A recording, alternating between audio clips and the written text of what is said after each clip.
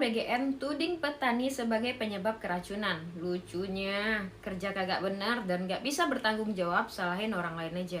Sebelumnya, Wakil Ketua DPR RI ini bilang bahwa MBG nggak butuh ahli gizi, sehingga memicu kontroversi dan kritik luas.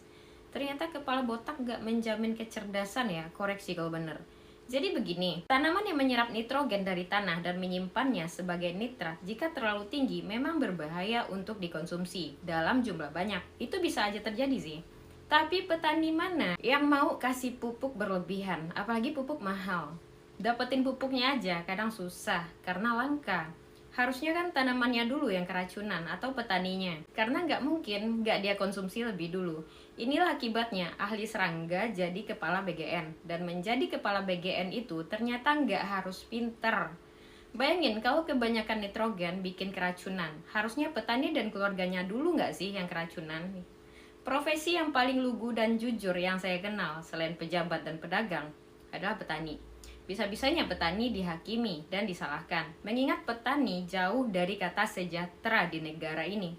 Dan kalau petani membuat kesalahan, yang pasti nggak cuma anak sekolah aja sih yang keracunan, masyarakatnya pun juga. Ini pada nggak malu diketawain orang desa, kerja nggak beres, makan gaji gede, lalu nyalahin yang susah payah menanam dan merawat padi dan menghasilkan sumber pangan di negara ini. MBG memang sedikit membantu rakyat kecil, tapi lebih banyak menguntungkan orang-orang kalangan atas nggak sih? Dan parahnya, yang menjadi korban adalah anak-anak. Itu nggak sedikit yang keracunan, ribuan.